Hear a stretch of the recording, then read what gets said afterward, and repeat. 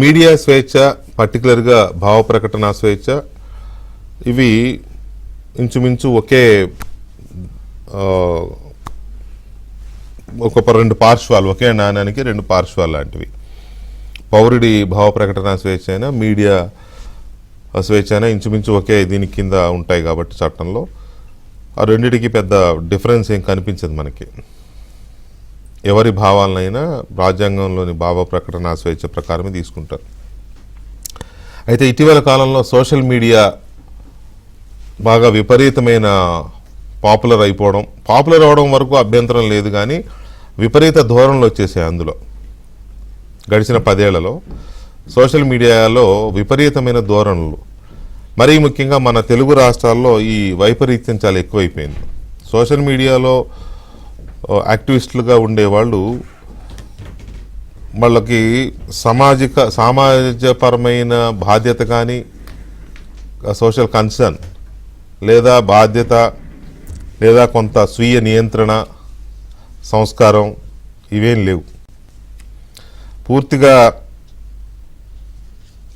ఎదుటి వాళ్ళ character assassination, ఎదుటి వాళ్ళని బాధ పెట్టడం, ఎదుటి వాళ్ళని మానసికంగా హింసించడం, ఇలాంటివిటికే మన తెలుగు రాష్ట్రాల్లో సోషల్ మీడియాలో ఎక్కువ మంది పొలిటికల్ దీంట్లో భాగంగా మొదలెట్టిన కార్యక్రమాలు మనం చూసాం. అయితే వైఎస్ఆర్ కాంగ్రెస్ పార్టీ వాళ్ళకి ఈ సోషల్ మీడియాలో ఉండే స్వేచ్ఛ ఏంటి, సోషల్ మీడియాలో పోస్టులు పెట్టే వాళ్ళ మీద కేసులేంటి, చట్టం ఏం చెప్తోంది, మాకు న్యాయం జరగదేంటి, ఎందుకు ఇంతగా మమ్మల్ని వేధిస్తున్నారని ఏదో అసలు ఏం తెలియని వాళ్ళలాగా ఇప్పుడే సోషల్ మీడియా చట్టం గురించి వాళ్ళకి తెలిసినట్టు, ఇప్పుడే సోషల్ మీడియా న్యాయం అంటే ఎలా ఉంటుంది, రాజ్యాంగం ఏం చెప్తోంది, ఇలాంటివన్నీ కొత్త కొత్త మాటలు మాట్లాడుతున్నారు. ఇప్పుడే వాళ్ళు కనుక దాన్ని నేర్చుకుంటున్నట్టుగా, తెలుసుకుంటున్నట్టుగా. గడిచిన 5 ఏళ్లలో చేసిన అరాచకాలని మరి మర్చిపోయారా, కన్వీనియంట్గా మర్చిపోయినట్టు నటిస్తున్నారా అనేది అర్థం కాని పరిస్థితి. అసలు సోషల్ మీడియా ఇంత దరిద్రంగా తయారు అవ్వడానికి కారణమే జగన్మోహన్ రెడ్డి అండ్ బ్యాచ్. ఆయన, విజయసాయి రెడ్డి, ఆ తర్వాత వచ్చిన సజ్జల రామకృష్ణారెడ్డి, ఆ సజ్జల రామకృష్ణారెడ్డి కొడుకు సజ్జల భార్గవరెడ్డి, ఇక నిన్న మొన్న మనం చూస్తున్నాం కదా వర్ర రవీందర్ రెడ్డి అని, రాఘవరెడ్డి అని, ఆయన ఎవరో మన బోరగడ్డని అనిల్ అని, ఇంకెవరో చాలా ఉన్నాయండి. వందల వేల మంది ఉన్నారు. ఇప్పుడంతా పోలీసులు కేసులు పెడుతున్న 5-6 మంది పెట్టారు అంతే. వేల మంది ఉన్నారు. ఒక్కసారిగా ఎక్కడ లేని చట్టం, న్యాయం, రాజ్యాంగం ఏంటేంటో పదాలు వచ్చేస్తున్నాయి వీళ్ళ నోటంట. కోర్టుల చుట్టూ తిరుగుతున్నారు, మాకు న్యాయం చేయండి, మాకు న్యాయం చేయండి, మాకు న్యాయం చేయండి. ఆ జడ్జిల్ని నోటికి వచ్చినట్టు అమ్మల ఒక్కళ్ళు తిట్టింది మర్చిపోయారు, వీళ్ళే తిట్టారు, వీళ్ళే తిట్టించారు, మర్చిపోయారు. అది వీళ్ళందరూ జడ్జిలందరినీ గదిలో వేసి కరోనా తగిలించాలని మాట్లాడాడు ఒకడు, అది మర్చిపోయారు. ఇప్పుడు కోర్టుకు వెళ్ళి మాకు న్యాయం చేయండి అంటే ఎందుకు చేస్తారు? ఏముంది అందులో న్యాయం? మీరు న్యాయం అడగడానికి మీరు చేసింది దారుణమైన అరాచకం కదా. సో ఈ పరిస్థితుల్లో హైకోర్టుకి వెళ్తున్నారు. హైకోర్టులో వెంటనే యాంటిసిపేటరీ బెయిల్ రాలేదనో, లేకపోతే మీకు అసలు ఈ విషయంలో కోర్టుకు వచ్చే మీ పిటిషన్కి అర్హత లేదు, పోలీసులు చూసుకుంటారు, వెళ్ళిపోండి అని తిప్పు కొడితేనో మళ్ళీ సుప్రీంకోర్టుకి వెళ్తున్నారు. మళ్ళీ సుప్రీంకోర్టులో సేమ్ సీన్ రిపీట్. అయినా సరే సిగ్గు లేకుండా తిరుగుతూనే ఉన్నారు కోర్టుల చుట్టూ. జగన్మోహన్ రెడ్డి గారు, లేకపోతే వారి నాయకుడు కమ్ లాయరు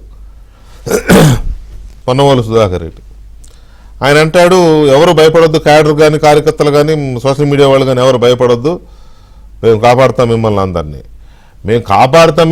మీరు భయపడద్దు అంటున్నారు. కానీ కాస్త బుద్ధి తెచ్చుకోండి, ఎవరైనా బుద్ధిగా ఉండండి అని మాత్రం ఎవరు చెప్పట్లా. అంటే మీరు చేసేది మీరు చేయండి, మేము కాపాడుతాం.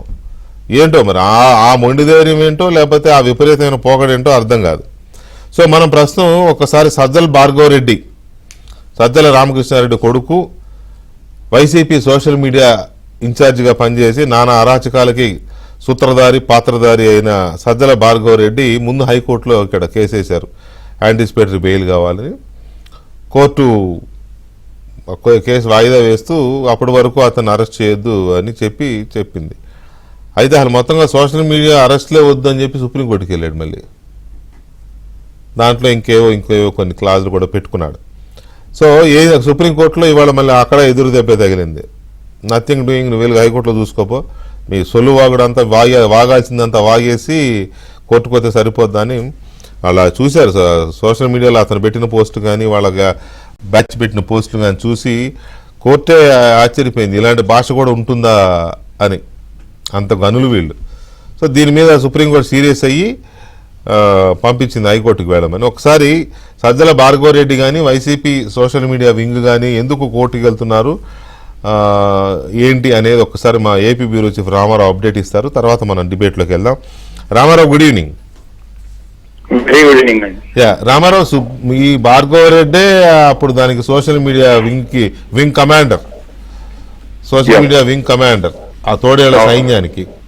ఇప్పుడు వచ్చేసి ఏదో కోర్టుల చుట్టూ తిరగడం, హైకోర్టులో బెయిల్ రాలేదని మన సుప్రీంకోర్టుకి వెళ్ళడం, అసలు సోషల్ మీడియానే మీడియా పైనే కేసులు పెట్టొద్దు, బారాకుని మాఫ్ అన్నట్టుగా మేము ఏం చేసినా వినోద్ అన్నట్టు మాట్లాడతానికి గల కారణం ఏంటి, కోర్టులు ఏం చెప్తున్నాయి వీళ్ళకి?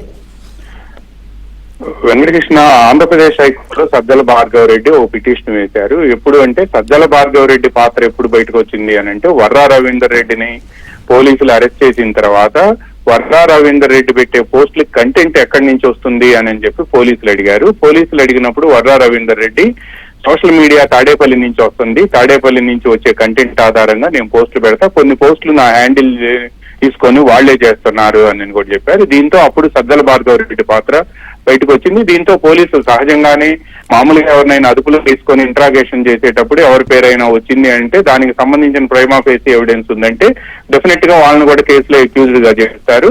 అలా సజ్జల భార్గవరెడ్డిని ఈ కేసులో మొత్తం అసలు ఈ కంటెంట్ అంతా కూడా తాడేపల్లి ఫ్యాక్టరీ నుంచి తయారవుతుంది, అక్కడి నుంచి ఈ సోషల్ మీడియాలో యాక్టివిస్టుల దగ్గరికి వెళ్తుంది అని చెప్పి తేలటంతో ఆయన మీద కేసు నమోదు చేశారు. ఈ కేసు నమోదు చేసినప్పుడు తనకి యాంటిసిపేటరీ బెయిల్ కావాలి అని చెప్పి ఆయన హైకోర్టులో పిటిషన్ వేశారు. హైకోర్టులో పిటిషన్ వేసినప్పుడు హైకోర్టు దీనికి సంబంధించి మీరు పెట్టిన పోస్టుల్లో మీరు కూడా ఇంతకు ముందు మీ ఇంట్రడక్టరీ రిమార్క్స్ లో కూడా చెప్పారు, మీరు పెట్టిన పోస్టుల్లో వాడిన భాష చాలా అనాగరికంగా ఉంది అని చెప్పడంతో పాటు ఎవరైతే మేము విచారిస్తున్నాము మీ పిటిషన్లను మేము కూడా దీనికి విక్టిమ్స్ గా మారాము ఒకనొక సమయంలో అని చెప్పి హైకోర్టు చాలా పిల్లు వేసినప్పుడు కానీ లేకపోతే ఈ పిటిషన్లు విచారించేటప్పుడు కూడా వ్యాఖ్యానించింది. అయితే హైకోర్టు ఏం చేసింది, సజ్జల భార్గవరెడ్డి వేసిన యాంటిసిపేటరీ బెయిల్ పిటిషన్ మీద ఫైనల్ ఆర్డర్ ఇచ్చే వరకు కూడా సజ్జల భార్గవరెడ్డి మీద కోయాక్టివ్ స్టెప్స్ అంటే దూకుడు చర్యలు, తొందరపాటు చర్యలు తీసుకోవద్దు, ఆయన అరెస్ట్ చేయొద్దు అని చెప్పింది. కానీ ఇప్పుడు తాజాగా సజ్జల భార్గవరెడ్డి ఈరోజు సుప్రీంకోర్టులో ఏం వేశారంటే, సోషల్ మీడియా పోస్టుల ఆధారంగా నా మీద భవిష్యత్తులో కూడా ఏ కేసులు పెట్టకుండా ఆంధ్రప్రదేశ్ ప్రభుత్వాన్ని ఆదేశించండి అని చెప్పి ఆయన పిటిషన్ ఫైల్ చేశారు. ఆ పిటిషన్ మీద ఈ రోజు సుప్రీంకోర్టులో కూడా ఆర్గ్యుమెంట్ జరగటం, గవర్నమెంట్ వైపు నుంచి కూడా Siddhartha Luthra senior criminal lawyer, supreme court senior criminal lawyer Siddhartha Luthra వాదనలు వినిపిస్తూ ఈయన పెట్టిన పోస్టులను కూడా సుప్రీంకోర్టు ధర్మాసనానికి చూపించినప్పుడు సజ్జల భార్గవరెడ్డిది చాలా బ్యాడ్ టేస్ట్ అని, అంటే ఆయన ఉపయోగించిన భాష అంత దారుణంగా ఉంది అని చెప్పి సుప్రీంకోర్టు ధర్మాసనం వ్యాఖ్యానించింది. అయితే ఈ రోజు పొన్నవోలు సుధాకర్ రెడ్డి చెప్తూ ఆయన మీడియాతో మాట్లాడుతూ ఏబిఎన్ లో కూడా మనం టెలికాస్ట్ చేశాము, ఆయన చెబుతూ ఒకే పోస్ట్ మీద చాలా కేసులు పెడుతున్నారు అనేది ఆయన వాదన.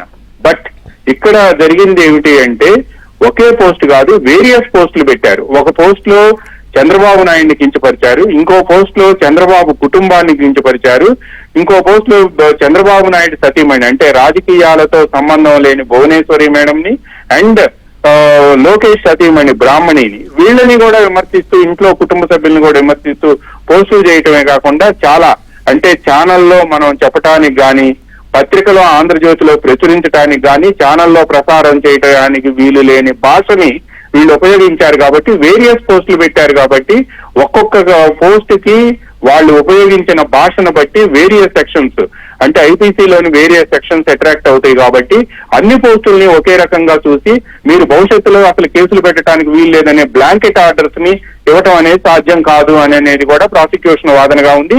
ఈ రోజు రామ్ గోపాల్ వర్మ చేసిన పిటిషన్ మీద కానీ లేకపోతే సుప్రీంకోర్టులో సజ్జల భార్గవరెడ్డి వేసిన పిటిషన్ మీద కానీ రెండు కోర్టులు కూడా అదే అభిప్రాయపడ్డాయి. ప్రాసిక్యూషన్ వైపు నుంచి వాదనలు కూడా వినిపించారు. ఈ నేపథ్యంలోనే భార్గవరెడ్డి మొత్తం వైసీపీ సోషల్ మీడియాకి మనందరికీ తెలుసు, ఆయన ఇన్ఛార్జ్ గా ఉన్నారు. కంటెంట్ తయారీ గాని, లేకపోతే యానిమేషన్ గాని, లేకపోతే పెట్టే పోస్టులు గాని, ఏదైనా కూడా total social media responsibility lives with Bhargava Reddy. అందువలన ఆయన్ను మెయిన్ నిందితుడు అక్యూజ్డ్ గా చేశారు. అందువలన సుప్రీంకోర్టు మీరు ఆంధ్రప్రదేశ్ హైకోర్టులోనే తేల్చుకోవాలని చెప్పింది. ఆంధ్రప్రదేశ్ హైకోర్టులో రామ్ గోపాల్ వర్మ కూడా సిమిలర్ పిటిషన్ వేశారు. ఈ పిటిషన్ వైపు నుంచి కూడా ఈ రోజు దమ్మాలపాటి శ్రీనివాస్ అడ్వకేట్ జనరల్ వాదనలు వినిపిస్తూ ఆయన ఒక పోస్ట్ కి మేము అనేక కేసులు పెట్టలేదు, మేము ఒక్కో పోస్ట్ కు సంబంధించి ఆ పోస్ట్ లో ఉపయోగించిన భాష ఆధారంగా మేము వేరియస్ కేసులు పెట్టాము, వేరియస్ పోలీస్ స్టేషన్స్ లో పెట్టారు, వాళ్ళు కంప్లైంట్ ఇస్తే పెట్టారు. అందువలన మీరు దీనికి సంబంధించిన పోస్టులను చూసి కేసును డిసైడ్ చేయండి అని అంటే ఆ పోస్టులు ఏంటో మాకు ఇవ్వండి అని ఈ నెల 9వ తేదీకి కేసు విచారణ వాయిదా వేశారు వెంకటకృష్ణ. రైట్, చూద్దాం ఎంతవరకు ఫ్యూచర్ లో కూడా కేసులు పెట్టొద్దు నా మీద అని అడిగాడంటే మరి అది ఆయన తెలివితేటలో లేకపోతే మరి న్యాయ వ్యవస్థ మీద ఉన్న నమ్మకం చూద్దాం. వైసీపీ సోషల్ మీడియా గ్యాంగ్స్ గతంలో చేసిన జగన్మోహన్ రెడ్డి ముఖ్యమంత్రిగా ఉన్నన్నాళ్ళు చెలరేగిపోయి చేసిన ఆ అరాచకాలు ఇంకెవరు మర్చిపోలేదు. వివిధ పార్టీల కార్యకర్తల మీద కానీ, పర్టికులర్గా మహిళల మీద కానీ అండ్ నాయకుల మీద కానీ నానా బీభత్సం సృష్టించి ఇవాళ అప్పుడు కనీసం వాళ్ళు బాధితులు వెళ్ళి కంప్లైంట్ ఇస్తే పోలీస్ స్టేషన్స్లో కేసులు కూడా తీసుకోలేదనే విషయం అందరికీ తెలుసు. గవర్నమెంట్ మారిన తర్వాత ఇప్పుడు అవన్నీ కేసులు అవుతున్నాయి. ఇప్పుడు కేసులు పెడుతున్నారు అని చెప్పి దాని మీద వీళ్ళు కోర్టుకి వెళ్ళడం ముందే మమ్మల్ని అరెస్ట్ చేయొద్దని ఈ రకమైన దీంట్లో. సో అందులో భాగంగానే ఇప్పుడు సజ్జల భార్గవ రెడ్డి మనం ఇందాక అనుకున్నట్టుగా వైసీపీ సోషల్ మీడియాకి హెడ్గా ఉన్నవాడు కానీ లేదా ఇంకా ఇతరులు కానీ కోర్టుల చుట్టూ తిరుగుతున్నారు. కొంతమంది సినిమా వాళ్ళు కూడా బాధ్యత లేకుండా ఇష్టారాజ్యంగా పోస్టులు, స్టేట్మెంట్లు ఇలా చేసిన వాళ్ళే. సో ఎందుకు వీళ్ళకి ఇప్పుడు ఈ చట్టం న్యాయం ఎలా గుర్తొస్తోంది? ఇప్పటికి కూడా బాధ్యత లేకుండానే మాట్లాడుతున్నారు తప్ప మా వాళ్ళు చేసిన తప్పే అనేది ఎవరు ఎక్కడ ఇంత కూడా కించిత్ పశ్చాత్తాపం కూడా కనిపించట్లా. జగన్మోహన్ రెడ్డి అయితే దాని గురించి మాట్లాడారు. అంత రెడ్ బుక్ రాజ్యాంగం నడుస్తూ ఉంది, వేధిస్తున్నారు, కేసులు పెడుతున్నారు అంటున్నారు. కానీ ఎందుకు కేసులు పెడుతున్నారు, మనం చేసిన తప్పేంటనేది ఆయన రియలైజ్ అవ్వట్లేదు. బహుశా ఎందుకంటే ఆయన చేయించిన తప్పులే కదా అవన్నీ. సొంత చెల్లెల్నే ఇష్టారంగా మాట్లాడించిన పరిస్థితి. అరెస్ట్ అయినతను చెప్పాడు కదా తాడేపల్లి నుంచే వచ్చాయని. సో వీటి మీద మనం డిబేట్ చూడబోతున్నాం. డిబేట్లో మనతో జీవీ రెడ్డి గారు, తెలుగుదేశం పార్టీ జాతీయ అధికార ప్రతినిధి, fibre net corporation chairman GV Reddy గారు, అలాగే సీనియర్ జర్నలిస్ట్, రాజకీయ విశ్లేషకులు విక్రమ్ పూలా గారు అండ్ మాజీ జడ్జి శంకు రామకృష్ణ గారు and ITDP activist Anusha Undavalli గారు మనతో చర్చలో పాల్గొంటున్నారు. ముందుగా అనుష గారు గుడ్ ఈవినింగ్. మ్యూట్లో ఉంది అనుష, మ్యూట్లో ఉంది. గుడ్ ఈవినింగ్ అనుష, మ్యూట్లో ఉంది, వినపడుతుందా? సార్ నాకు వినిపిస్తుంది సార్. కొంచెం వాల్యూమ్ రేజ్ చేయండి అమ్మా, నాకు ఆడియో రేజ్ చేయండి. భార్గవ రెడ్డి గారు కోర్టుకి వెళ్తున్నాడు, హైకోర్టు లేదంటే సుప్రీంకోర్టు కేసులు పెట్టొద్దు అంటాడు, మా యాంటిసిపేటరీ బెయిల్ అంటాడు, అసలు ఫ్యూచర్లో కూడా కేసులు పెట్టొద్దు అంటాడు. బాధితులేమో మీరు బాధితులు, ఆ రోజున అత్యంత దారుణమైన బాధితులు, వాళ్ళ హేయమైన నీచమైన దాడికి గురైన వాళ్ళల్లో మీరు ఒకరు కదా. ఏమనిపిస్తుంది వీళ్ళు కోర్టులకు వెళ్తుంటే? సార్ మీరు యాప్ట్ టైటిల్ పెట్టారు సార్, వచ్చారండి శుద్ధపూసలు అని చెప్పి. Literally it's an apt title sir. ఎందుకంటే మీకు ఆల్రెడీ నేను చాలా షేర్ చేశాను వాళ్ళు చేసిన అనేవి. అఫీషియల్ గా వాళ్ళు సాక్షి పత్రికకి ఏ ఫోంట్ అయితే యూజ్ చేస్తారో ఆ ఫోంట్ తోటి మహిళల్ని, మరి ముఖ్యంగా మహిళల్ని, హోమ్ మినిస్టర్ అనిత గారిని అవ్వచ్చు, లేకపోతే తెలుగుదేశం పార్టీ టీడీపీ యాక్టివిస్ట్ మహిళలందరిపైన కూడా, ఈవెన్ అసలు రాజకీయాల గురించి మాట్లాడని నారా బ్రహ్మణి గారి గురించి కూడా అత్యంత జుగుప్సాకరంగా ఒక పేపర్ ఫోంట్, రిజిస్టర్డ్ ఫోంట్ లో మా పైన పేపర్ ఆర్టికల్స్ తయారు చేయించి అవి కేవలం సోషల్ మీడియాలో ఇప్పుడు అవేం చూస్తారు సార్, ఒక పేపర్ క్లిప్పింగ్ టైప్ లో ఉంటే నిజంగా ఏమనుకుంటారు జనాలు ఎవరైనా సరే. అసలు అది లిటరల్లీ అది చెప్పాలంటే ప్రచురింపబడింది కాదు, ఎక్కడ పేపర్ లో వచ్చింది కాదు. కానీ ఇవన్నీ డిజిటల్ సోషల్ మీడియాలో సర్క్యులేట్ చేసేసరికి మా బంధువులు కూడా చాలా మంది ఇదేంటమ్మా నీ గురించి పేపర్ లో ఇలా రాశారని చెప్పి మాకు కూడా పేపర్ క్లిప్పింగ్స్ పంపించారు. అందులో నేను మీకు పంపించాను కూడా సార్. మమ్మల్ని సెమీ చేసి వాటి గురించి ఎందుకులే ఇంకా. ఎస్ మమ్మల్ని సెమిన్యూడ్ గా ఫొటోస్ చేసి అది ఒక పేపర్ ఆర్టికల్ కింద వేసి మొత్తం సర్క్యులేట్ చేస్తే దానిపైన మేము ఎలక్షన్ కమిషన్ వరకు వెళ్ళి కంప్లైంట్ చేస్తే కానీ రిజిస్టర్ చేయలేదు సార్ కంప్లైంట్ అప్పుడు ప్రభుత్వంలో పోలీసులు. తర్వాత ఆ ఫోటోని తీసుకుని వచ్చే మన ఉద్దండు ఎవరు రామ్ గోపాల్ వర్మ దాన్నే మార్ఫ్ చేశారు సార్. నేను నా తోటి యాక్టివిస్టులు గాయత్రి గారు కావచ్చు, తెనాలి నుంచి రమ్య గారు కావచ్చు, మా ముగ్గురిని అట్లా న్యూడ్ గా మార్ఫ్ చేస్తే సెమీ న్యూడ్ గా మార్ఫ్ చేసిన దానిపైన మేము కంప్లైంట్స్ ఇస్తే ఎలక్షన్ కమిషన్ కి వెళ్ళి ఆ కంప్లైంట్ పట్టుకుని మేము అలా బయటకు వచ్చి ఇట్లా కంప్లైంట్ చేశామని చెప్పేసి ఒక ఫోటో పోస్ట్ చేస్తే ఆ ఫోటో తీసుకున్నాం రామ్ గోపాల్ వర్మ ఆ ఫోటోని ఎలా మార్ఫ్ చేశారు సార్ మళ్ళీని చంద్రబాబు నాయుడు గారి లాగా అండ్ పవన్ కళ్యాణ్ గారి లాగా లోకేష్ గారి లాగా. మొన్న ఒక ఛానల్లో కూర్చుని ఆ ఉద్దనుడు ఏం చెప్తున్నాడంటే ఇది అసలు నేను ఎప్పుడు పెట్టాను నాకు తెలియదు అని అంటున్నాడు. జస్ట్ ఎలక్షన్ కి ముందు ఒక 10 days ముందు సార్ ఎలక్షన్ కి ఒక 10 days ముందు సార్ అది జరిగింది. అంటే పూర్తిగా 5 నెలలు కూడా కాలేదు. అతను చేసింది ఏంటి అనేది అతను మర్చిపోయాడు 5 నెలల్లో. ఎలా మర్చిపోయాడు సార్?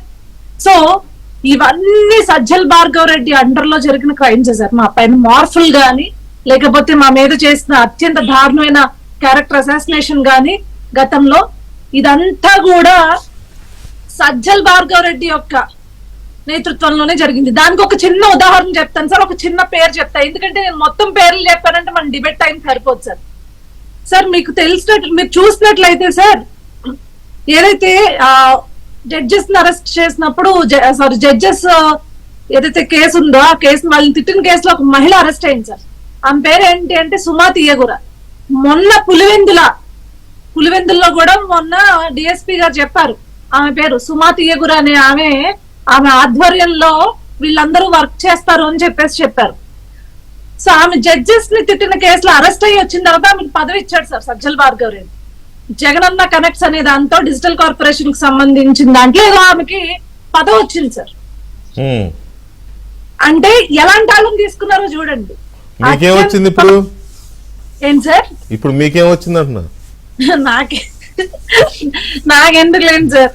కాదు అంటే ఎవరినైనా సరే తిట్టగలిగి మార్ఫింగ్లు చేయగలిగి ఎడిటింగ్స్ చేయగలిగి క్యారెక్టర్ అసాసినేషన్ చేయగలిగే వాళ్ళందరినీ టీమ్ గా తీసుకుని వాట్సాప్ లో వీళ్ళు ఏం చేస్తారంటే నిత్యం ఈ వర్రా రవీందర్ రెడ్డి లాంటి వాడిని లేకపోతే ఇంటూరి ఉన్నాడు కదా సార్ మొన్న అరెస్ట్ అయ్యాడు వాళ్ళంటాడు ఇంటూరి రవికిరణ్ ఇలాంటి వాళ్ళందరూ ఇంకా చాలా మంది ఉన్నారు సార్. ఈ బ్యాచ్ ఒకళ్ళిద్దరు కాదు మీరు అన్నట్లు 4 అరెస్ట్ చేశారు. తవ్వితే తెలంగాణలో కూడా మూలాలు బయటపడుతున్నాయి సార్. రెడ్డి అనేవాడు ఉన్నాడు సార్ తెలంగాణలో. వాడికి ఏం పని సార్ ఆంధ్ర రాజకీయాల గురించి ఏం పని? లేకపోతే ఆంధ్ర రాజకీయాలు తెలంగాణలో ఎవరమ్మా? బద్దం అశోక్ రెడ్డి సార్. మా పైన ఏవైతే ఆ సెమీ న్యూడ్ మార్క్స్ అన్ని వేసాడో వాడే వేసాడు ఫస్ట్. అతనికి ఏం సంబంధం అంటావేంటి? అతనికి ఒక ఐడెంటిటీ ఉంది కదా వెనకాల తోక. సో తెలంగాణ వాళ్ళతో కూడా చేయించారు సార్ వీళ్ళు ఛానలైజేషన్ చూడండి. ఇక్కడ రాష్ట్రంలోనే కాదు ఈ భ్రష్ట్ అంతా కూడా పక్క రాష్ట్రంలో వాళ్ళని కూడా తీసుకొచ్చి మా పైన అటాక్స్ దాడి చేయించారు. ఎందుకంటే పక్క రాష్ట్రంలో వాళ్ళ వరకు వెళ్తే రేపొద్దున్న రోజు మనం సేఫ్ గా ఉండొచ్చు కదా అని చెప్పి ఇప్పుడు వాళ్ళని లాక్కొచ్చారు సార్. ఈ కైండ్ ఆఫ్ అట్రాసిటీస్ మా పైన చేసేసి ఈ రోజు మీరు అన్నట్టు శుద్ధ పూసల్లాగా హైకోర్టుకు వెళ్ళి సుప్రీం కోర్టుకి వెళ్ళి మమ్మల్ని అరెస్టులు చేయొద్దు అంటే ఎట్లా సార్? మేము పడిన మానసిక క్షోభకి ఏంటి? ఎవరు బాధ్యులు దీనివల్ల? ఎవరు బాధ్యులు అనేది ఒకటైతే ఆ మానసిక క్షోభకి ఊరట ఏంటి అనేది కూడా మనం ఆలోచించాలి. ఒక్క నిమిషం అనూష.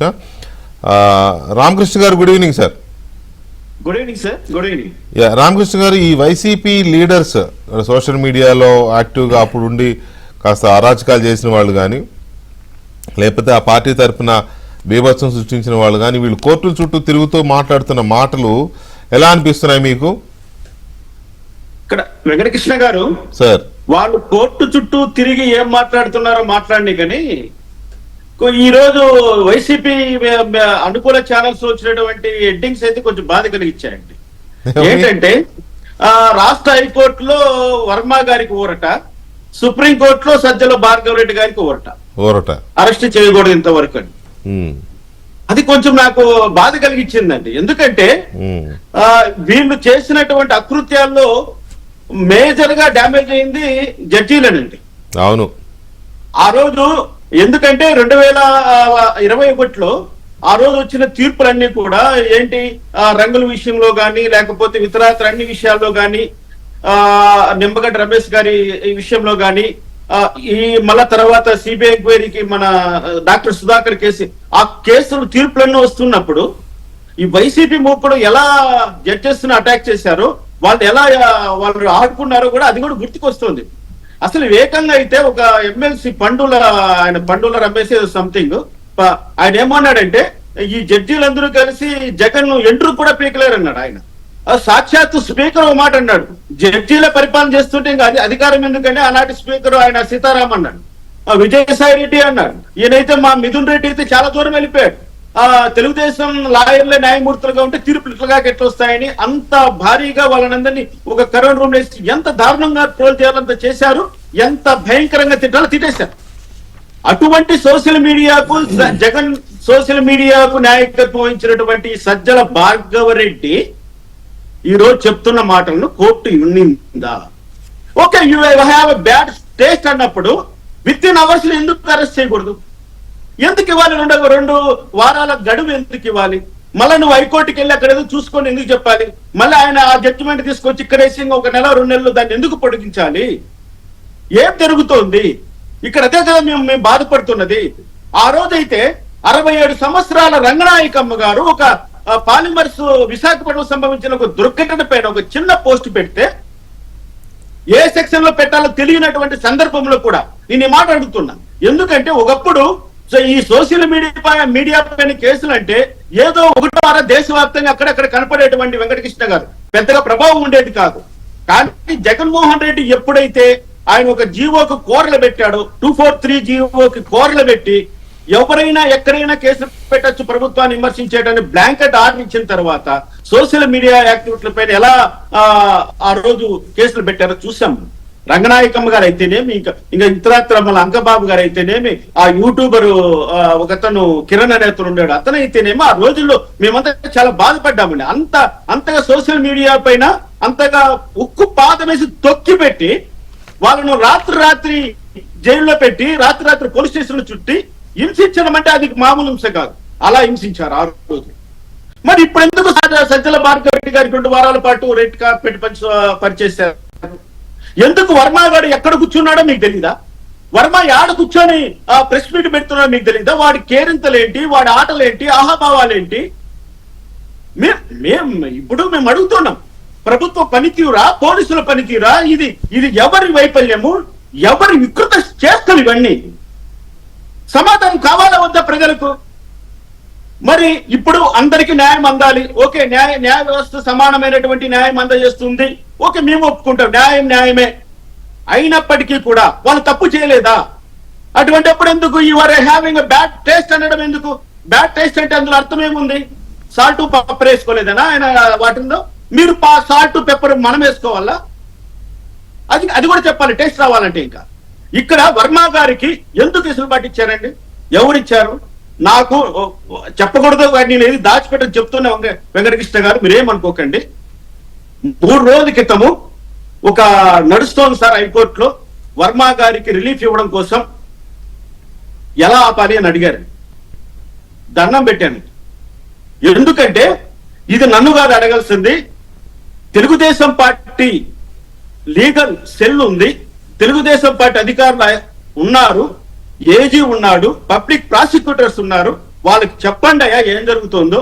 ఆ కోర్టులో పనిచేస్తున్నటువంటి ఆ పిఎస్ ఏం చేస్తున్నాడో, ఎక్కడెక్కడ కలుస్తున్నాడో, వర్మను బయట వేయడానికి ఏం ప్రయత్నాలు జరుగుతున్నాయో ఒకసారి వాళ్ళకు చెప్పండి అని నేను చెప్తే ఈరోజు ఇటువంటి వార్త వస్తుంటే కడుపు కాలిపోతుందండి. మీరు ఒక జడ్జిగా పనిచేసి ఇంత అథెంటిక్ గానో లేకపోతే ఇంత మీకు తెలిసిందని ఇప్పుడు చెప్తున్నారు కాబట్టి అది మరి అంటే కోర్టుల విషయంలో అది ఎలా రిసీవ్ చేసుకుంటారో తెలియదు. మామూలుగా అయితే ఎక్కడన్నా ఇలాంటి ప్రయత్నాలు జరుగుతూ ఉంటే అవి బయటకు వచ్చినప్పుడు డెఫినెట్గా చర్చిస్తారు, మాట్లాడతారు సొసైటీలో. కాబట్టి మరి జ్యుడిషియరీ కాబట్టి మరి జ్యుడిషియరీలో వర్మ కేసులో అతనికి రిలీఫ్ వచ్చే విధంగా ఎవరో ఏదో చేస్తున్నారు అనే సమాచారాన్ని బేస్ చేసుకుని మీకు ఎవరో చెబితే మీరు దాన్ని ఇక్కడ డిస్కస్ చేస్తున్నారు. మరి అది ఐ డోంట్ నో అది కంటెంప్ట్ అవుతుందా లేదా నాకు తెలియదు. ఎనీవే న్యాయస్థానాల మీద గౌరవం లేక కాదు కానీ బయట నేను జరుగుతున్న వెంకటకృష్ణ గారు, బయట నేను ఇక్కడ జరుగుతున్న ఒక్క నిమిషం సార్, ఒక్క నిమిషం లెట్ మీ మేక్ మై ఒక్క నిమిషం సార్, ఒక్క నిమిషము జడ్జి గారు, let me make my statement afterwards మీరు చెప్పండి. కాకపోతే బయట జరుగుతున్న చర్చను తనకున్న సమాచారాన్ని ఇక్కడ జడ్జిగా పనిచేసిన రామకృష్ణ గారు చెప్పారు. ఇది ఆయన own take, it's not organisation take or my take. కాకపోతే అన్ని తెలిసిన వ్యక్తిగా ఆయన చెప్తున్నారు కాబట్టి ఓకే, అది ఆయన own description. Please continue Ramakrishna గారు. ఇక్కడ నేను బాధపడుతున్న అంశం అది అర్థమైంది నాకు, అందుకనే నేను ఇంకొంచెం విడమర్చి చెప్పాను. అదేంటంటే అది కాదండి, 67 సంవత్సరాల రంగనాయకమ్మ గారిని అంతగా హింసించిన వైసీపీ ప్రభుత్వము ఈ రోజు ఈ సజ్జల భార్గవరెడ్డి పైన ఆ విధమైనటువంటి చర్యలు తెలుగుదేశం కూటమి ప్రభుత్వము ఎందుకు తీసుకోలేకపోతుంది? వాళ్ళని ఎందుకు ఫ్రీ హ్యాండ్ గా వదిలిపెట్టేస్తున్నారు? వాళ్ళు ఎందుకు సుప్రీంకోర్టు చుట్టూ, రాష్ట్ర హైకోర్టు చుట్టూ పిటిషన్ల మీద పిటిషన్లు వేసుకుంటూ వాళ్ళు ఎంజాయ్ ఎందుకు చేస్తున్నారు? ఎందుకు ఆడుకుంటున్నారు వ్యవస్థలతో? నేను అడుగుతున్నాను వెంకటకృష్ణ గారు. ఇంత ఇసులుబాటు ఎందుకు ఇచ్చారో నేను అడుగుతున్నాను వెంకటకృష్ణ గారు. ఇప్పుడు పోలీస్ డిపార్ట్మెంట్ కు కోర్టు నుంచి ఆర్డర్స్ వచ్చే వరకు వెయిట్ చేస్తున్నారే, ఇది సబబేనా? కోర్టుకు వెళ్ళి వాళ్ళు ఏదో ఒక రిలీఫ్ తెచ్చుకునే వరకు వాళ్ళకు ఎసులుబాటు కల్పిస్తున్నారే, ఇది న్యాయసమ్మతమేనా? ఇప్పుడు మన ప్యానెల్లో ఉన్నటువంటి అనూస గారు చెప్తున్న మాటలు ఇప్పుడు ఆమె మనసుకు గాయం కలిగించవా? ఇటువంటి వాళ్ళని ఈ విధంగా ఫ్రీగా వదిలిపెట్టేస్తున్నారంటే మాలాంటి వాళ్ళకు బాధ కలిగించదా? చూస్తున్నటువంటి ప్రేక్షకులకు బాధ కల్పించదా? కల్లారా చూసి అనుభవించినటువంటి బాధితులకు ఆ మనోవేదన అర్థం కాదా? మీకు అర్థం కాదా? మాకు అర్థం కాదా? పోలీసులకు అర్థం కాదు. పోలీసులు అనుకుంటే ఏమైనా చేయగలరండి? ఎందుకంటే ఒకటి చెప్తున్నా, కాగ్నిజబుల్ అఫెన్స్ కానటువంటి నేరాల్లో కూడా ఆనాడు తెలుగుదేశం కార్యకర్తలను, సోషల్ యాక్టివిస్టులను, పెద్ద పెద్ద లీడర్లను అరెస్ట్ చేసి వాళ్ళు కోర్టు ముందర పెట్టి మెజిస్ట్రేట్ గారు. అదే కదా ఇప్పుడు ఆశ్చర్యం ఏంటంటే, ఇప్పుడు మనం ఆశ్చర్యపోతున్నది కూడా, ఒకవైపేమో 5 ఏళ్ల పాటు నరకయాత్ర అనుభవించిన వివిధ పార్టీల కార్యకర్తలు, లేకపోతే అభిమానులు, యాక్టివిస్టులు, సోషల్ యాక్టివిస్టులు, ఇప్పుడు ఐటీడీపీ లాంటి వీళ్ళు కానీ, లేకపోతే జీవిరెడ్డి గారు లాంటి పొలిటీషియన్స్ కానీ, లేకపోతే మాలాంటి జర్నలిస్టులు కానీ, విక్రమ్ గారు కావచ్చు, నేను కావచ్చు, మాలాంటి జర్నలిస్టులు కానీ ఇష్టం వచ్చినట్టు వాళ్ళు బీభత్సం చేసినప్పుడు, సరే మేమంటే నాన్ పొలిటికల్ కాబట్టి పక్కన పెట్టండి. మహిళలు వీళ్ళు కేసులు పెడుతూ ఉంటే వాళ్ళకి జరిగిన అవమానాలకి వాళ్ళేమో యాంటిసిపేటరీ బెయిల్స్కి వేస్తున్నారు. ఆ బెయిల్స్ మీద ఆర్గ్యుమెంట్స్ జరుగుతాయి, కోర్టు అన్నాక ఆర్గ్యుమెంట్స్ జరుగుతాయి. కానీ ఆర్గ్యుమెంట్ జరిగేదాకా వాయిదా వేస్తారు. ఆ వాయిదా అయ్యేదాకా ఇతను అరెస్ట్ చేయొద్దు అంటారు. ఈలోపు వాడు అసలు ఎక్కడికో వెళ్ళిపోతున్నాడు. నాకు చాలా మంది ఆల్రెడీ వెళ్ళిపోయారు, దాటేశారు, దేశం దాటారో రాష్ట్రం దాటారో పక్కన పెడితే. సో ఇలాంటి సిచ్యువేషన్ ఎందుకు వస్తూ ఉంది? ఒకవైపు ఏమో బాధితులుగానే ఉన్నారు, ఇంకోవైపు బాధ పెట్టిన వాడు బాధ పెట్టినట్టు ఎంజాయ్ చేస్తున్నాడు. ఈ కబురు సొద్దపోసలా కబురు. విక్రమ్ గారు గుడ్ ఈవినింగ్ అండి. విక్రమ్ గారు, ఇక్కడ 2 యాంగిల్స్గా మనం చూస్తే, ఒకటి వ్యవస్థలో ఏం జరుగుతుంది, రెండోది వీళ్ళు అసలు ఏమీ ఎరగని అమాయకుల్లాగా ఏదో బలవంతంగా వీళ్ళ మీద కేసులు పెడుతున్నలాగా ఫీల్ అవుతూ కోర్టుల చుట్టూ తిరుగుతున్నారు. ఈ రెండింటిని కంపేర్ చేస్తే మీకేమనిపిస్తుంది? ఎందుకంటే వీళ్ళు ఒక వ్యవస్థే, వీళ్ళు ఒక దాన్ని ఏమంటారు, జగన్మోహన్ రెడ్డి అన్నాడు కదా మన ఆర్గనైజ్డ్ క్రైమ్ అని, వీళ్ళు ఆర్గనైజ్డ్ క్రిమినల్స్. అట్లా చేశారు వీళ్ళు 5 చూసాం కదా. ప్లీజ్. అంటే ఒకటండి, వీళ్ళు ఏమనుకున్నారంటే అంతా నా ఇష్టం, రామ్ గోపాలం లాగా అంతా నా ఇష్టం, మనం ఏం చేసినా చెల్లుబాటు అవుతుంది అని అన్నారు. ఇప్పుడు చట్టం ఏం చెప్తుందంటే అంతా మీ ఇష్టం కాదు బాబు, దీనికి ఒక చట్టం ఉంది, దీనికి కొన్ని పరిమితులు ఉన్నాయి అని వాళ్ళ ఒక్కొక్కటి కేసులు వెళ్తున్న మాట మనం చూస్తున్నాం. ముఖ్యంగా దీంట్లో కింగ్ పిన్ లాంటి వాడు సజ్జల భార్గవరెడ్డి అనే ఆయన, రామకృష్ణారెడ్డి గారి అబ్బాయి. మరి ఆయనకు అప్పచెప్పారు, ఆయన చేతిలోకి వచ్చిన తర్వాత మరీ విశృంఖలత్వం వచ్చిందనేటువంటిది చెప్తున్నారు. సరే, వాళ్ళ రామకృష్ణ గారు చెప్పిన మాట సుప్రీంకోర్టు 2 వారాలు టైం ఇచ్చింది అతను అరెస్ట్ చేయొద్దు అనేది. అంటే ఇక్కడ 2 రకాల వారి జడ్జి, నాకంటే నాకు లా తెలుసు కానీ వారు ప్రాక్టీస్ చేసినటువంటి ఆయన కాబట్టి ఇక్కడ ఏమవుతుందంటే ఆయన ప్రాసెస్ని తప్పుపడుతున్నాడా, అంటే లీగల్ ప్రాసెస్ ఏదైతే ఉన్నదో ఆ ప్రాసెస్నే తప్పుపడుతున్నట్టుగా కనపడుతుంది. అంటే టీడీపీ ఇక్కడ చిన్న అంటే యాజ్ పర్ మై రామకృష్ణ గారు చెప్పింది హైకోర్టులో రామ్ గోపాల్ వర్మ దాని గురించి, సజ్జల భార్గవ రెడ్డికి ఏమో సుప్రీంకోర్టులో జరిగిన సుప్రీంకోర్టులోనే వేరు వేరు కేసులు రెండు. సుప్రీంకోర్టులోనే ఆయనకి రిలీఫ్ వచ్చింది 2 వారాలు. వాళ్ళు దాన్ని బెయిల్ అని చెప్పుకుంటున్నారు. అది సాక్షి మీడియాలో నీలి మీడియాలో ఏంటంటే భార్గవ రెడ్డికి రిలీఫ్ వచ్చింది, తాత్కాలిక ఊరట అనేది వచ్చింది, తాత్కాలిక ఊరట అది. కాబట్టి ఇక్కడ ఒకటండి, వాళ్ళ సూనర్ ఆర్ లేటర్ వాళ్ళు డెఫినెట్గా వాళ్ళ చట్టానికి చిక్కుతారు, అందులో నో డౌట్. ఎందుకంటే మనం చూస్తున్నాం కోర్టు, సుప్రీంకోర్టు వాళ్ళ అబ్జర్వేషన్స్ ఏం చెప్పారు, అసలు ఇంత దారుణంగా ఉంటుందా, మేమే విక్టిమ్స్ అయ్యామని చెప్పి బ్యాడ్ టెస్ట్ అనే పదం వాడారు. ఆ బ్యాడ్ టెస్ట్ ఎవరికి అంటే వాళ్ళు ఏదైతే అవి పెట్టారో, ఆ పోస్టింగ్స్ పెట్టారో, they are in bad taste అనే మాట యూజ్ చేశారు.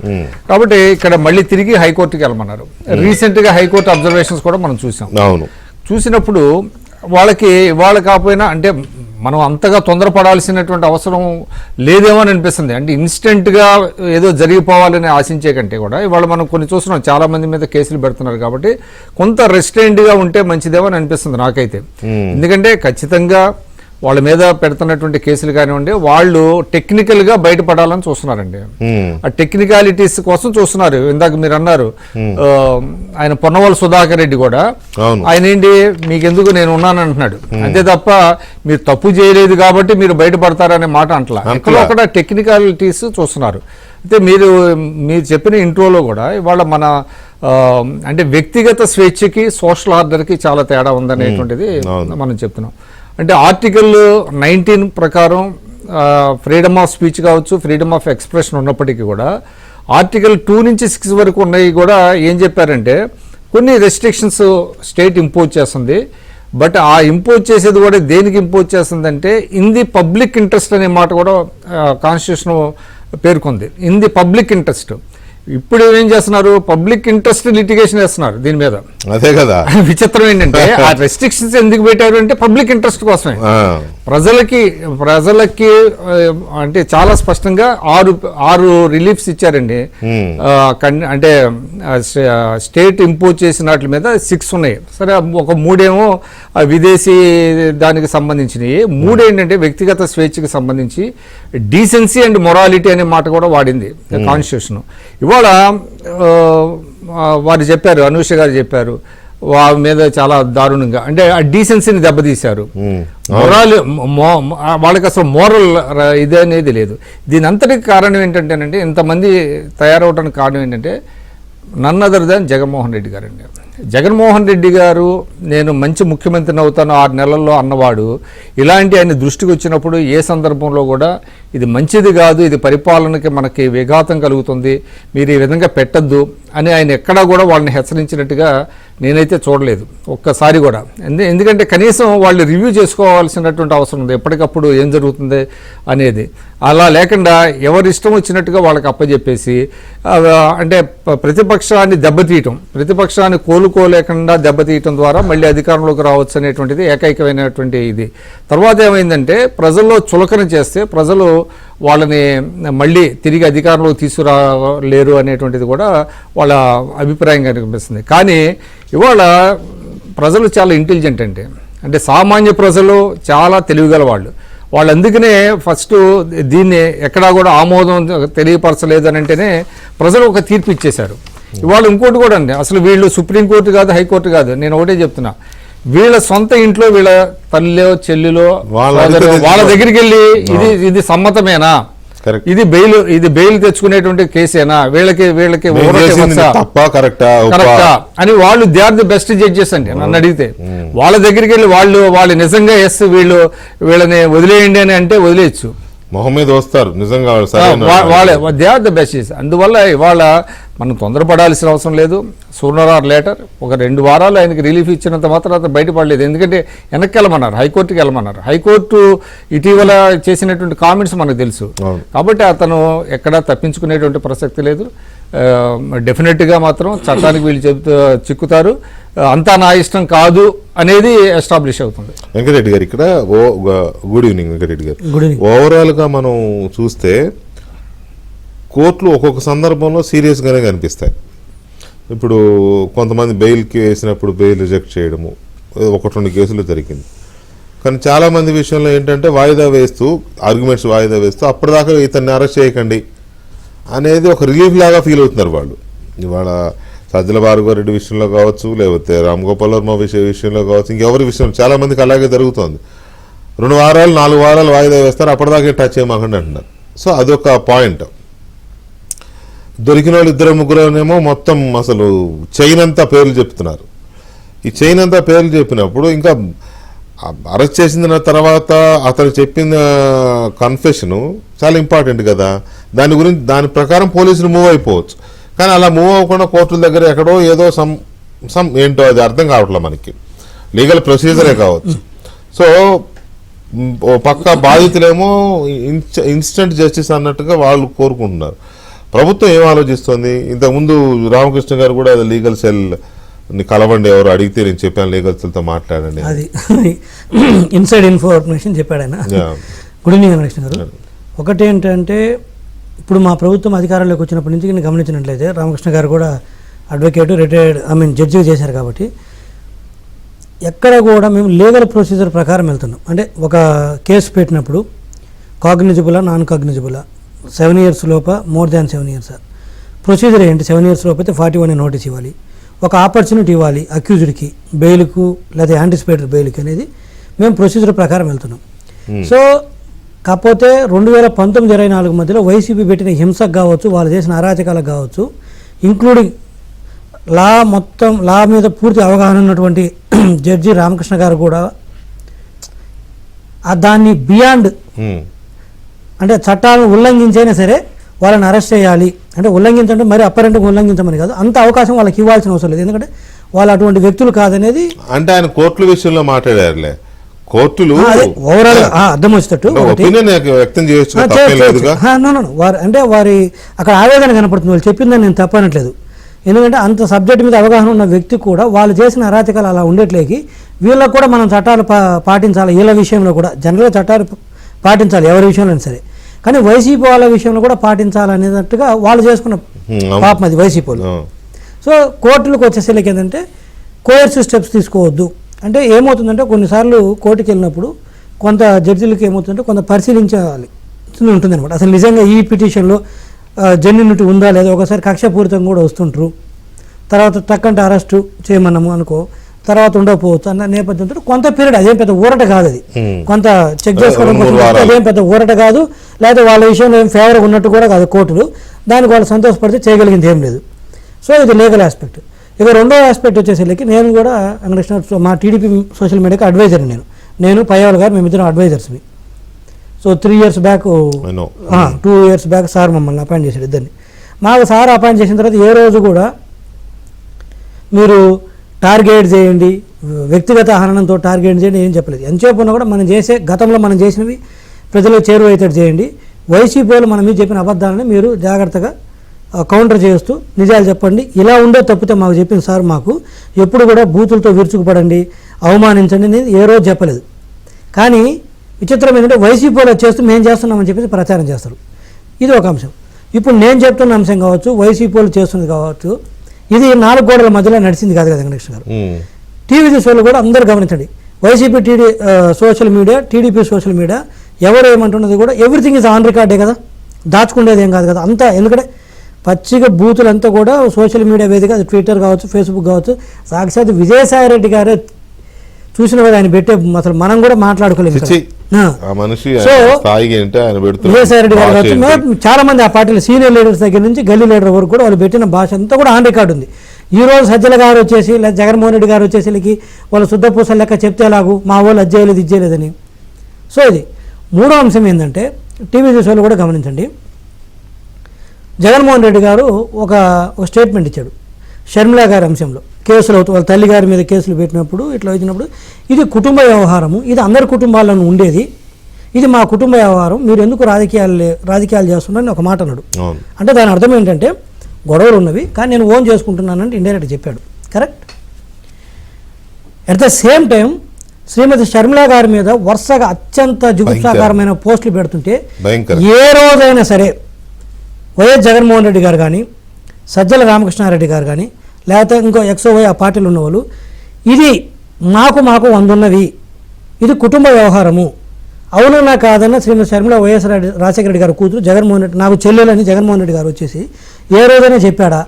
అక్కడ కేసులకు వచ్చేసి నీ పేరు బదనాం అవుతుంటే ఇదేమో నా కుటుంబ వ్యవహారం అని చెప్పి బయటకు వచ్చి చెప్పుకున్న తప్పితే అదే ఆమె మీద విపరీతమైన ట్రోల్ చేస్తూ బూతులు పెడుతుంటే ఆవిడే వచ్చి బయటకు వచ్చి చెప్పింది ఈ సైతాన్లు వైసీపీ సైతాన్లు నా మీద పచ్చి బూతులు పెడుతున్నారని చెప్తే సునీత గారు కావచ్చు షర్మిల గారు కావచ్చు మేము చెప్పడం కాదు వాళ్ళిద్దరే ప్రెస్ ముందుకు వచ్చి చెప్తే ఏ రోజైనా జగన్మోహన్ రెడ్డి గారు వచ్చి ఈ మాట చెప్పారా ఇది మా కుటుంబ వ్యవహారము మన వైసీపీ క్యాడర్ ఎవరు అవునన్నా కాదని ఆవిడ నా చెల్లెలు తోబుట్టు చెల్లెలు చాలా సందర్భాల్లో అన్నాడు కదా ఆవిడ నా చెల్లెలని వేరు కాంటెక్స్లో ఆస్తుల విషయంలో మరి ఈ కాంటెక్స్లో ఎందుకు చెప్పలేపాడైనా ఒక్కటి కూడా మీరు తిట్టొద్దామని మేము చూసుకుంటాము ఇది మా కుటుంబ వ్యవహారం అని మీరు చెప్పాలి కదా ఏ రోజైనా సరే మీరు వైసీపీలో కూడా ఇప్పుడు టీవీ డిబేట్ చూస్తుంటారు ఒక్కటి జగన్మోహన్ రెడ్డి గారు ఆవిడ నా చెల్లెలు ఆవిడ మీద మీరు పదజాలం వాడొద్దని చెప్పినట్టుగా ఎప్పుడైనా విన్నారా అంటే సాక్షాత్తు తన కన్న తల్లి తోబుట్టు మీద అత్యంత జిగుసాకరంగా పోస్టులు పెడుతుంటే జగన్మోహన్ రెడ్డి గారు బయటకు వచ్చి ఇది తను నా చెల్లెలు తల్లి మీరు పెట్టొద్దు అని చెప్పని వ్యక్తి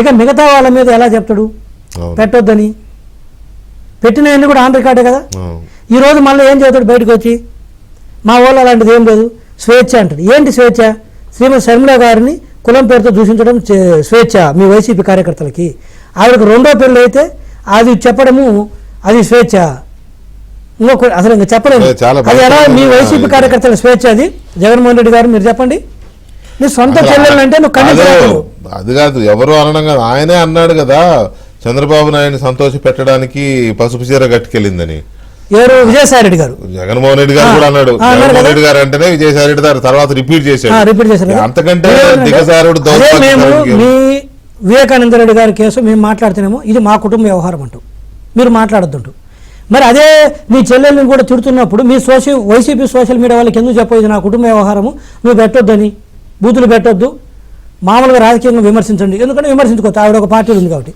అంటే ఇతను దగ్గర ఇందాక సార్ చెప్పినట్టు విక్రమ్ గారు చెప్పినట్టు జగన్మోహన్ రెడ్డి గారు దీనికి కర్త కర్మ క్రియ దగ్గరుండి చేపిస్తుండు ఎందుకంటే వారు దగ్గరుండి చేయించకపోతే కన్న తల్లి చెల్లెళ్ళ మీద చిన్నాన్న కూతురు సొంత చెల్లెల మీద పెట్టినా కూడా ఒక్కరోజు ఖండించలేదు ఒక్కరోజు ఖండించకపోగా చివరికి ఒకసారి ఏమొచ్చాడంటే వరా రవీందర్ రెడ్డి పేరుతోటి మేమే పెడుతున్నామని చెప్పి సరే మేమే పెట్టామని కాసేపు మీరేం చేస్తున్నారు కేసులు పెట్టాలి కదా గవర్నమెంట్ మీదేగా అప్పుడు కాదు ఇప్పుడైనా కేసులు ప్రైవేట్ కేసు గవర్నమెంట్ ఇప్పుడు రవీందర్ రెడ్డి షర్మిల గారి పేరు మీద పెట్టింది ఎలక్షన్ల ముందే కదా ఎలక్షన్స్ ముందే ఆవిడ తెలంగాణ పార్టీ పెట్టినప్పుడు పెడుతున్నాడు కదా మరి పెట్టినప్పుడు టీడీపీ వాళ్ళు పెట్టిస్తారని నీకు తెలిస్తే నువ్వు అప్పుడే అరెస్ట్ చేయొచ్చు కదా అది చేయొచ్చు 2019 జనవరి 14వ తేదీన గుర్తుందా వెంకటేశ్వర గారు మీకు శ్రీమతి షర్మిల గారు వెళ్ళేసి ఒక పోలీస్ స్టేషన్లో కంప్లైంట్ ఇచ్చారు ఒక ఇష్యూ మీద ఒక గుర్తుందా మీకు అది ఆ రోజు జగన్మోహన్ రెడ్డి గారు ఎన్నికల సానుభూతి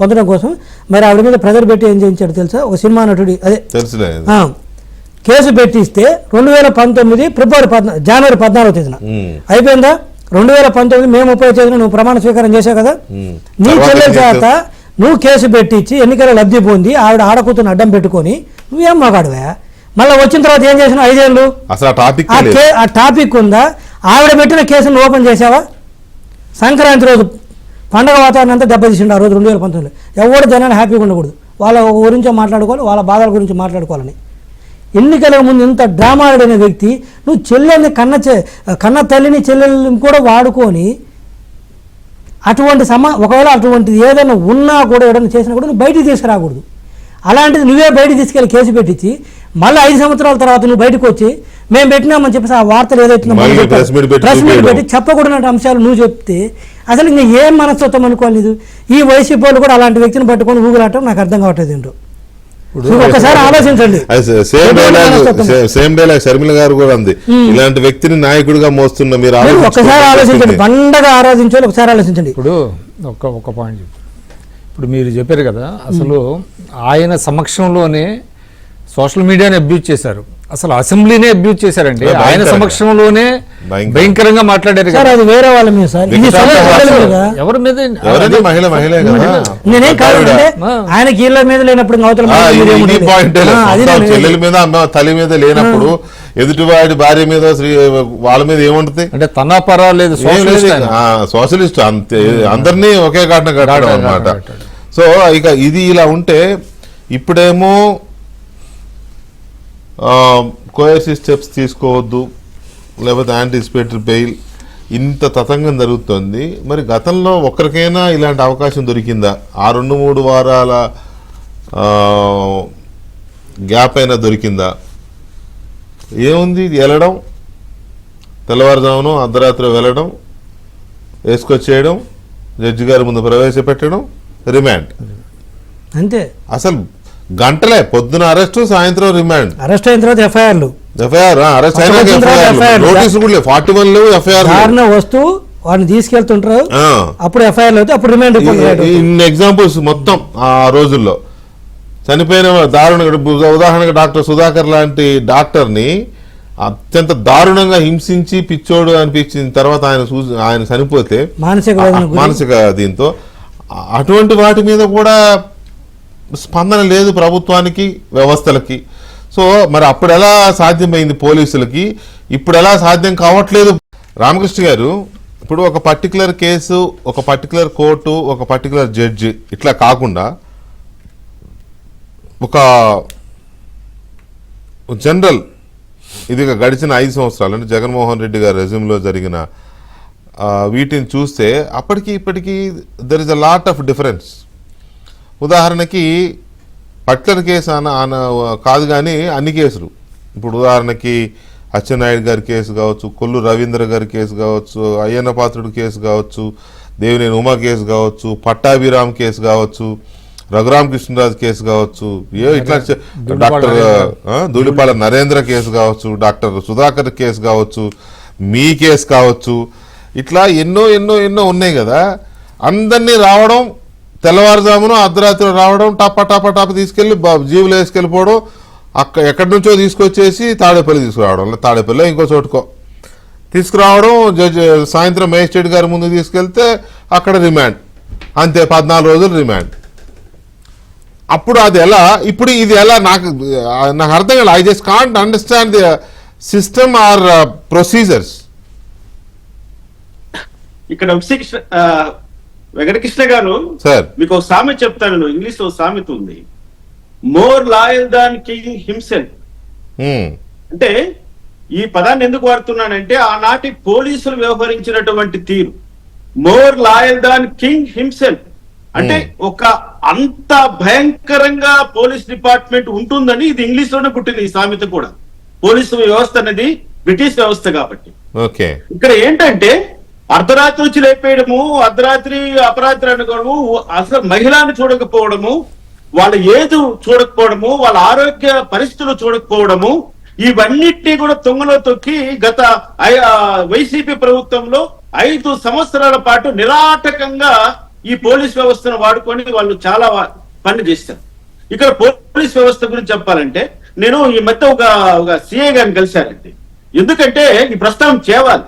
ఆయన గన్నవరంలో సిఐగా పనిచేస్తున్నప్పుడు మన పట్టాభి గారి పైన SC ST case, attempt murder case కట్టాడండి ఈయన, ఈ కంప్లైంట్. ఈయన అన్నాడు, సార్ ఎగ్గి సాబు సుప్పుకొచ్చినట్లుగా నా పని అయింది, నేను 4 రోజుల పాటు హాస్పిటల్ బెడ్ మీద పడుకోవాల్సి వచ్చింది, నాటకం ఆడుతున్నాడు ఆయన సిఐ గారు. అంటే అవసరానికి తగ్గట్టుగా పోలీస్ డిపార్ట్మెంట్ ను ఎంత వాళ్ళ స్వార్థానికి వాడుకున్నారో ఈ సంఘటన ఒకటి చాలండి చెప్పడం కోసం. అంటే ఆ రోజు పట్టాభి గారిని అరెస్ట్ చేయాలి, ఎలా చేయాలి? SC ST కేసు కావాలి. SC ST కేసులో కూడా ఒకవేళ 41 CRPC నోటీస్ ఇవ్వాలి.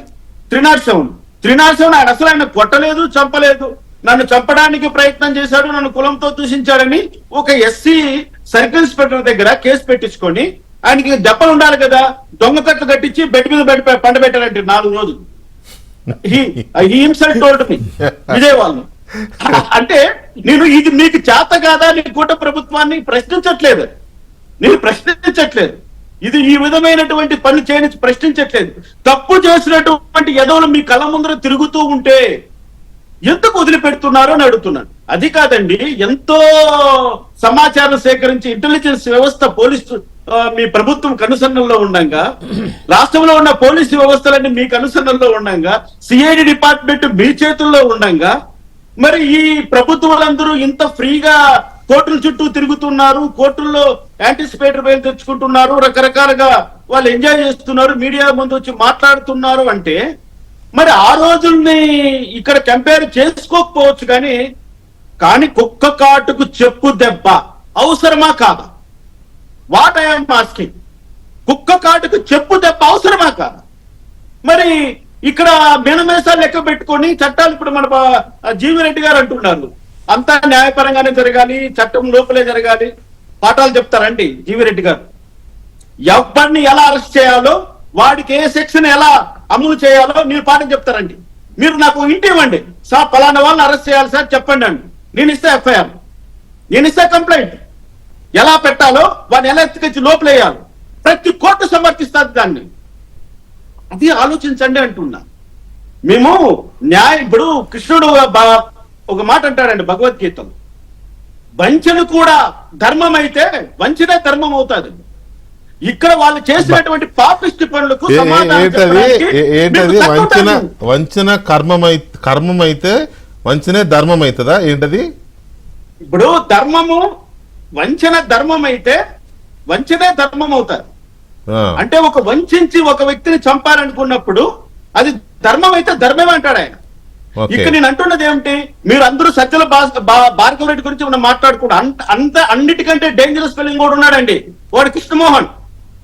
ఈ మాట నేను అనలా, మన వైసీపీలో ఎమ్మెల్యేగా ఉండి బయట వచ్చినటువంటి కోటమిరెడ్డి శ్రీధర్ రెడ్డి ఒక ప్రెస్ మీట్ లో చెప్పాడు, ఇవన్నీ ఏ బూత్ ఎవరిని తిట్టాలి, ఎలా తిట్టాలి అంతా స్క్రిప్ట్ ఇచ్చేది కృష్ణమోహనే. ఆ కృష్ణమోహన్ కు జగన్మోహన్ రెడ్డి చాలా అక్కడే ఉంటాడు, తాడేపల్లిలోనే ఉంటాడు 24 hours. ఆ కృష్ణమోహన్ ఏది రాసిస్తే అది మాత్రమే మీడియా ముందర మిగతా వాళ్ళు చదువుతారు. విజయసాయి రెడ్డి సొంత పురాణం కాదండి అది. ఆ విజయసాయి రెడ్డి మాట మనం మాట్లాడుకున్నా, అది కృష్ణమోహన్ నుంచి స్క్రిప్ట్ వస్తే అది చదువుతారు. సోషల్ మీడియాలో ఏది ఎలా కంటెంట్ ఉండాలో దాన్ని తయారు చేసేది కృష్ణమోహన్. మరి ఆ కృష్ణమోహన్ పేరు ఎక్కడ వినపడట్లేదండి సోషల్ మీడియా అఫెన్సెస్ లో. మరి లింక్ పెట్టాలి కదా. ఇప్పుడు ప్రతి ఒక్క దాన్ని మీరు టెక్నాలజీ ఉంది కదా, ఎక్కడ ఏ పోస్ట్ ఎక్కడి నుంచి జనరేట్ అయ్యింది, ఏ సెల్ ఫోన్ నుంచి ఏ మెసేజ్ ట్రాన్స్ఫర్ అయ్యింది, ఏ యూట్యూబ్ ఛానల్ నుంచి ఇంకో యూట్యూబ్ ఛానల్ కి ఎవరు దాన్ని డౌన్లోడ్, అన్ని పెద్ద సమస్య కాదు కదా. చిన్న 10th క్లాస్ పిల్లోడ్ చేయగలుగుతున్నటువంటి పనులు మనకి ఇంత మెషినరీ వండుకొని 6 నెలల టైం పడుతుందండి. వెంకటకృష్ణ గారు అంటున్నది 6 నెలల సమయం గడిచిపోయింది, ఇంకా 6 నెలలు గడిచిందంటే తర్వాత మళ్ళీ 3 వచ్చేస్తాం మనం అందరము కూడా. మళ్ళీ ప్రజల ముందరికి వెళ్ళాలి, ప్రజల్లో మమేకం కావాలి, ప్రజలకి మళ్ళీ మనం చేసిన అభివృద్ధిని చెప్పుకోవాలి. ఇక్కడ మనం చేస్తున్న అభివృద్ధిని ప్రజలకు చేరలేకపోతుంది 6 నెలల పాటు. అది గమనించండి. జీవిరెడ్డి గారు ఒక మాట చెప్తున్నా, గమనించండి. మనం చేస్తున్న అభివృద్ధి, కూటమి ప్రభుత్వం తీసుకొస్తున్నటువంటి పథకాలు, కూటమి ప్రభుత్వం చేస్తున్నటువంటి అభివృద్ధిని గాని, వాళ్ళు సరిచేస్తున్నటువంటి సంస్కరణలు గాని ప్రజల దృష్టికి వెళ్ళట్లేదు. 24 గంటలు సోషల్ మీడియా వాడేమన్నాడు, వీడేమన్నాడు, అదేమైంది, ఇదేమైంది, తొక్క తీస్తా, తోలు తీస్తా అని మనం తిప్పుకుంటూ ఉన్నామే కానీ ప్రజల మూడ్ను కూడా కనిపెట్టండి. ప్రజలు ఒక అభిప్రాయానికి వచ్చినారంటే తర్వాత మారదు, ప్రజలు అదే కంటిన్యూ చేస్తారు వచ్చే ఎలక్షన్స్ వరకు. కాబట్టి సోషల్ మీడియా వ్యవహారం గాని, వైసీపీ వాళ్ళను తొక్కి పెట్టడం గాని మూడో కంటికి కనపడకుండా, ఎక్కడ కూడా వినపడకుండా వాళ్ళని ముగించాలి. అప్పుడు మాత్రమే ముగించాలంటే మళ్ళీ నాన్సెన్స్ పోతుంది. బట్ మీ ఆవేదన అర్థమవుతోంది. రైట్, ఇక్కడ ఒక్క నిమిషం జడ్జి గారు, విక్రమ్ గారు, ఇప్పుడు నిజంగా గత 5 ఏళ్లలో ఇప్పుడు నేను చెప్పిన పేర్లన్నిటి కేసుల విషయంలో అసలు ఎప్పుడు పోలీసులు వెళ్ళేవాళ్ళు నోటీస్ కూడా ఉండేది కాదు, 41 నోటీస్ కూడా ఉండేది కాదు. ఇప్పుడు అచ్చెన్నాయుడు ఎగ్జాంపుల్ తీసుకుంటే ఆయనది ఎత్తుకొస్తుంటే వాళ్ళు గట్టిగా అడిగితే అక్కడ చెత్త కాగితం దొరికితే దాని మీద రాసి అక్కడ పడేసి వచ్చారంట. అక్కడ వెళ్ళిన సిఐ ఎవరో నోట్బుక్ లో చెప్పారండి. అదే సో ఇలాంటి ఇప్పుడు రఘురామరాజుగా అది కూడా లేదు. సో ఇలాంటి ఎన్నో చూసాం కదా. తీసుకురావడం, ఈవినింగ్ కల్లా రిమాండ్, అంతే జైలు. ఇప్పుడేమో మరి ఏంటి అసలు ఇది? ఎట్లా మనం అప్పుడు అదే పోలీస్, ఇప్పుడు అదే పోలీస్, అప్పుడు అదే జ్యుడిషియరీ, ఇప్పుడు అదే జ్యుడిషియరీ. ఎక్కడ యాటిట్యూడ్లో ఎక్కడ తేడా వస్తుంది? అంటే అప్పుడు ఒక అదృశ్య శక్తి లాంటిది ఏదో పనిచేసిందండి. అంటే సీఎం తరఫునో లేకపోతే పోలీసు యంత్రాంగానికి కొంతమందిని పెట్టుకొని చేశారు అది. ఇప్పుడు వారు అన్నట్టుగా రామకృష్ణ గారు రాజును మించిన రాజభక్తి అది, more loyal than the king అంటే అది ప్రదర్శించారు. అటువంటి పోస్టింగ్స్ వేసుకున్నారు, అక్కడక్కడ కీలకమైనటువంటి పదవుల్లో వేశారు. బట్ అయితే నేనైతే ఒకటి చెప్తున్నా అండి, ఇప్పుడు రామకృష్ణ గారు ఆవేదన, ఆయన నాకు కూడా మంచి మిత్రుడు, ఆయన చాలా బాధితుడు, ఆయనకి తగిన న్యాయం కూడా జరగలేదు, జరుగుంటే బాగుండేదని భావించేవాళ్ళం నేను కూడా ఒకడిని. అది ఒకటి పెడితే ఆ రోజు వాళ్ళు ఆ విధంగా చేసినందుకే ప్రజలు తిరుగుబాటు చేశారండి. వాస్తవం. అంటే ప్రజలు, మనం చెప్పాలంటే ప్రజలు చాలా ఇంటెలిజెంట్, మనం తక్కువగా అంచనా వేస్తాం కానీ ఇవన్నీ కూడా గమనించారు వాళ్ళు ఏ విధంగా బిహేవ్ చేశారనే దానికి వాళ్ళు ప్రజా కోర్టులోనే ఒక తీర్పు చెప్పారు. కాబట్టి ఇప్పుడు వచ్చినటువంటి ప్రభుత్వం, కూటమి ప్రభుత్వం కూడా ఆ లైన్స్లోనే వెళ్ళాలి, ఆ రకంగానే బిహేవ్ చేయాలి అని అంటూ కూడా కరెక్ట్ కాదు అది. ఎందుకంటే ప్రజలకి చాలా స్పష్టమైనటువంటి హామీలు ఇచ్చారు. ఆ ప్రభుత్వాన్ని సాగనంపాలి, ఎవరైతే మనం ఒక ప్రజాప్రభుత్వాన్ని తీసుకురావాలి అనేటువంటిది ఒకటి ఉన్నది అది. సో చూసే వాళ్ళకి ఇదేదో మనం ఏదో సూక్తులు చెప్పినట్టు, ప్రవచనాలు చెప్పినట్టు ఉంటుంది, కానీ ఇది లాంగ్ స్టాండింగ్లో పనిచేయదండి. ఇది హింసకి హింస, ప్రతిహింస లాగా వాళ్ళని కూడా సడన్గా తీసుకురావాలి. ఇవాళ జడ్జి గారు చెప్పిన దాంట్లో ఒకటి ఉంది, ఇక్కడ కొన్ని ఏంటంటే ఇది అర్థం కావట్లా. ఇప్పుడు రామకృష్ణ గారు చెప్పినట్టుగా మన వర్మ గారేమో నేను ఇంట్లోనే ఉన్నానంటాడు, పోలీసులు వెళ్ళిపోయారు, మరి ఆయన నేను ఎక్కడికి వెళ్ళలేదు, పారిపోలేదు అంటున్నాడు, మరి ఎందుకు ఆయనకు నోటీసులు సర్వ్ చేయకుండా వెనక్కి వచ్చారు, ఇదంతా కూడా కొన్ని అర్థం కావట్లేదు. అర్థం కాని మాట వాస్తవం. ఇప్పుడు వర్మ గారు చెప్పినట్టు మా డెన్ దగ్గరికి ఎవరు రాలేదు, వచ్చారు 2 గంటలు ఉండి వెళ్ళిపోయారంటే నేను ఆ టైంలో లేనని చెప్తున్నాడు. కానీ మీడియా మా నెట్వర్క్ కానీ ఇంకో ఛానల్ నెట్వర్క్ వీళ్ళందరూ చెప్పేది ఏంటంటే 4 days 5 days ఇక్కడ ఉన్నారు పోలీస్ హైదరాబాద్లో, వర్మ కోసం ఉన్నామని చెప్పారు. మరి ఆయన అట్టంటాడు, ఈయనేమి ఇట్టంటాడు, ఎవరిని నమ్మాలి? అది మనకి అర్థం కాదు. అది ఒక పజిల్. వర్మ ఓపెన్ గా తిరుగుతున్నాడు కాబట్టి వర్మే నమ్మాలి, ఇప్పుడు నమ్మాలి, అంతే కదా, తిరుగుతున్నాడు కాబట్టి. అయితే ఏంటంటే ఏదైనా కూడానండి యాజ్ పర్ లా వెళ్ళాలి, రూల్ ఆఫ్ లా ఉండాలి, సిస్టమేటిక్గానే వెళ్ళాలి. కొంచెం లేట్ కావచ్చు కానీ ఖచ్చితంగా నేను అనుకోవటం లా టేక్ ఇట్స్ ఓన్ కోర్స్, దాని మీదనే ఉంటుంది తప్ప వెంటనే వాళ్ళలాగా వీళ్ళు లాక్కొచ్చి అర్ధరాత్రి నోటీసులు లేకుండా వాళ్ళు ఎందుకు అరెస్ట్ చేశారో చేయకుండా ఉంటే ప్రజలు అన్నీ గమనిస్తూ ఉంటారు. అందువల్ల ఇవన్నీ బ్యాలెన్స్ చేసుకుంటే వెళ్ళాలి. వ్యక్తిగతమైనటువంటి స్వేచ్ఛకి అదేవిధంగా సొసైటల్ దీనికి చాలా తేడా ఉంటుంది అది. అందువల్ల అది నేను ఎందుకున్నా somehow I differ with Ramakrishna గారు విత్ డ్యూ రెస్పెక్ట్స్. ఎందుకంటే let the government act. Of course అది అంతవరకు గవర్నమెంటే యాక్ట్ చేయాలి, ఎవరు చేస్తారు? Let the government act, no doubt sir. But కాకపోతే ఏంటంటే ఇక్కడ స్పీడీ జస్టిస్ అనేది జనంలో ఉంది. అంటే ఇక్కడ సాంకేతిక పరమైనటువంటి వారు జడ్జి కాబట్టి ప్రత్యేకంగా చెప్పక్కర్లా, కేసును ఏ విధంగా కడుతున్నారు, ఆర్గ్యుమెంట్స్ ఏ విధంగా. ఇవాళ నేను లోద్రా గారి ఆర్గ్యుమెంట్స్ కూడా బాగున్నాయి, అక్కడేమి ఆర్గ్యుమెంట్స్ కాబట్టి సుప్రీంకోర్టు వెంటనే డిస్పోజ్ చేసి హైకోర్టులో ఆల్రెడీ ఉంది కాబట్టి గో అండ్ అక్కడ హైకోర్టులో చెప్పుకోవడం చెప్పింది. ఇప్పుడు వాళ్ళ తరఫునేమో కపిల్ సిబాల్ మామూలు లేరు, కపిల్ సిబాల్ ఉన్నాడు, కపిల్ సిబాల్ ఉన్నాడు. సరే అందరికంటే ఆయన ఉంటాడు, ఈ పాత చట్టాలను ఎలా ఉపయోగిస్తారు కొత్త కేసులు కంటాడు. దానికి లోద్రా గారు కూడా కౌంటర్ బాగా ఇచ్చాడు. కాబట్టి ఆ ప్రాసెస్, లీగల్ ప్రాసెస్ బాగానే జరుగుతున్నది ఇది. కాబట్టి కాకపోతే వాళ్ళకి ఏదో కొంత తాత్కాలిక ఊరట్ ఇచ్చారు కాబట్టి మనం కూడా కొంత రెస్ట్రైన్డ్గా ఉండాలి. వాళ్ళు కాకపోయినా రేపైనా కూడా వాళ్ళు డెఫినెట్గా ఉంటుంది.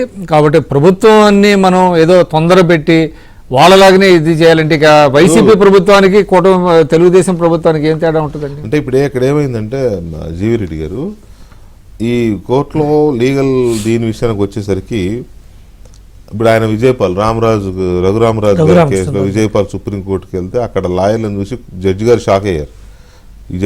ఈ లాయర్లు ఏంటి, ఆఫ్టర్ ఆల్ సెన్స్ ఒక కామన్ ఆఫీసర్కి ఇంత ఖరీదైన లాయర్లు ఆయన ఆశ్చర్యపోయాడు. ఇవాళ కూడా భార్గవ రెడ్డికి వాళ్ళు చూసారుగా, పొన్నవల సుధాకర్ రెడ్డి మాజీ ఏజీ కాకుండా వీళ్ళు కపిల్ సిబల్, ఆయన దవే ఇంకొక ఆయన, అలాంటి సింఘవి కూడా ఉన్నాడా? పొన్నమోసు సిద్ధార్థవే, రమేష్ అల్లంగి, ఎంతమంది చూడండి, వెంకట్ రఘువంశీ, అరుణ గుప్తా, సయ్యద్ అహ్మద్ నక్కి, చాలా మంది ఉన్నారు. అలాంటి వాళ్ళు పెట్టుకున్నాడు ఆయన. తర్వాత ఇప్పుడు